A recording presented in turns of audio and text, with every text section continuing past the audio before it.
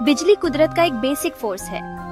ये हमारे घरों, हमारे डिवाइसेस और हमारे शरीर को भी पावर देता है। आज की दुनिया को समझने के लिए बिजली के बेसिक्स को समझना बहुत जरूरी है। बिजली के सबसे बेसिक प्रिंसिपल्स में से एक है ओम का नियम। ये नियम इलेक्ट्रिकल सर्किट में वोल्टेज, करंट और रेजिस्टेंस के बीच के रिश्ते को बताता है। ओम का नियम कहता है कि किसी कंडक्टर से बहने वाला करंट उस पर लगाए गए वोल्टेज के डायरेक्टली प्रोपोर्शनल होता है। इसका मतलब है कि अगर हम वोल्टेज बढ़ाते हैं तो करंट भी बढ़ेगा और अगर हम रेजिस्टेंस बढ़ाते हैं तो करंट कम हो जाएगा।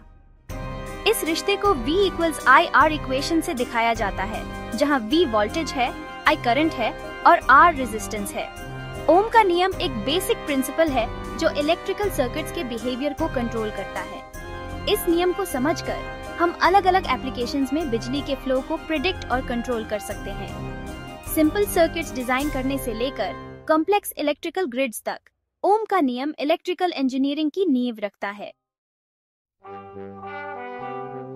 ओम के नियम को पूरी तरह से समझने के लिए हमें वोल्टेज, करंट और रेजिस्टेंस के कॉन्सेप्ट्स को समझना होगा।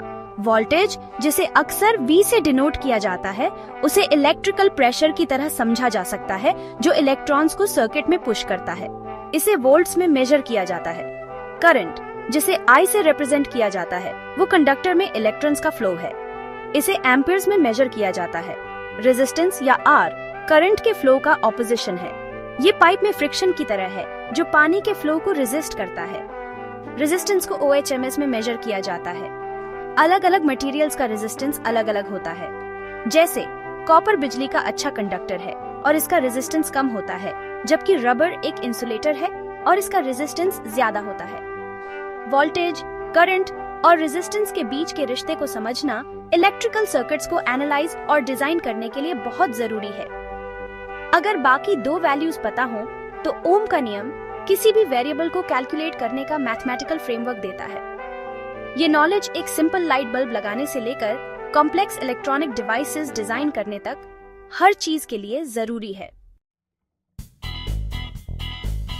इलेक्ट्रिकल फ्लो को बेहतर तरीके से समझने के लिए पानी के पाइप के सिस्टम की कल्पना करो। इस एनालॉजी में वोल्टेज पानी के प्रेशर की तरह है जो पानी को पाइप में पुश करता है।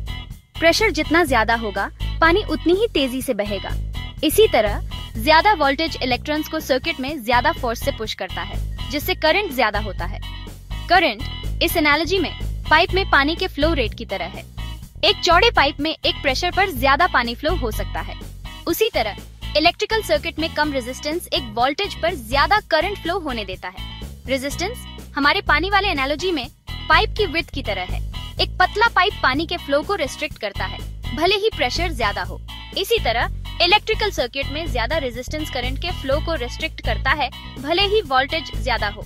ये एनालॉजी ये विजुअलाइज करने में मदद करता है कि ये तीन फैक्टर्स कैसे इंटरैक्ट करते हैं और इलेक्ट्रिसिटी के बिहेवियर को डिसाइड करते हैं। सेक्शन 4, रियल पावर, बिजली का असली घोड़ा। इलेक्ट्रिकल सर्किट्स में पावर का मतलब है जिस रेट से इलेक्ट्रिकल एनर्जी ट्रांसफर या कंज्यूम होती है। रियल पावर, जिसे एक्टिव पावर भी कहते हैं, वो पावर है जो इलेक्ट्रिकल सिस्टम में यूजफुल काम करता है। ये वो पावर है जो हमारे बल्ब्स जलाता है, हमारे ओवन्स गर्म करता है और हमारे मोटर्स चलाता है। रियल पावर को वॉट्स में मेजर किया जाता है और ये वो पावर है जिसका बिल हमें यूटिलिटी कंपनीज देती है। ये एक्चुअल एनर्जी कंजम्पशन को रिप्रेजेंट करता है जो डायरेक्टली काम करने में कंट्रीब्यूट करता है। इनकैंडेसेंट लाइट बल्ब्स, हीटर्स और टोस्टर्स जैसे devices mainly real power consume करते हैं। इलेक्ट्रिकल एनर्जी को डायरेक्टली हीट या लाइट में कन्वर्ट करते हैं। रियल पावर को समझना इलेक्ट्रिकल डिवाइसेस और सिस्टम्स की एनर्जी एफिशिएंसी डिटरमिन करने के लिए जरूरी है। एनर्जी लॉसेस को कम करके और रियल पावर के यूज को बढ़ाकर हम बिजली की खपत कम कर सकते हैं और एनर्जी कॉस्ट कम कर सकते हैं। एफिशिएंसी पर यह फोकस इकोनॉमिक और एनवायरमेंटल सस्टेनेबिलिटी दोनों के लिए जरूरी है। सेक्शन 5, रिएक्टिव पावर, खामोश उपभोक्ता। रियल पावर के उलट रिएक्टिव पावर डायरेक्टली कोई यूजफुल काम नहीं करता। इसके बजाय ये वो पावर है जो एसी सर्किट में सोर्स और लोड के बीच आगे पीछे ऑसिलेट करता है।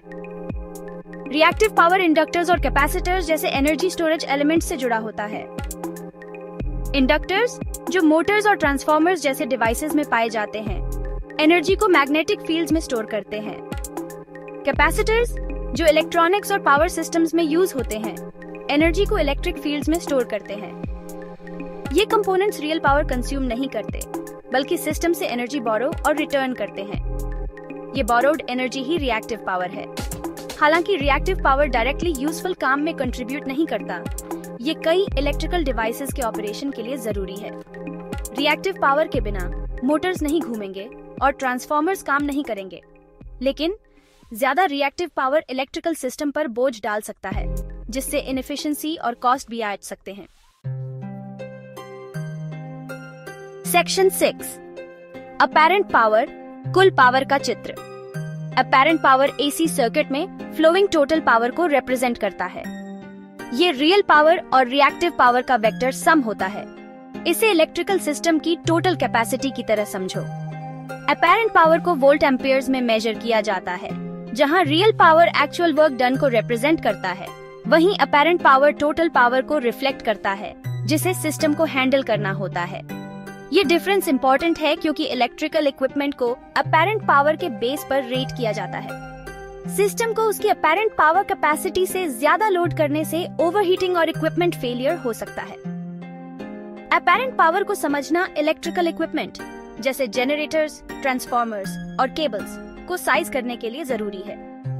ये इंश्योर करता है कि सिस्टम टोटल पावर डिमांड्स को सेफली हैंडल कर सके, जिसमें लोड्स द्वारा कंज्यूम किया गया रियल पावर और उनके ऑपरेशन के लिए जरूरी रिएक्टिव पावर दोनों शामिल हैं।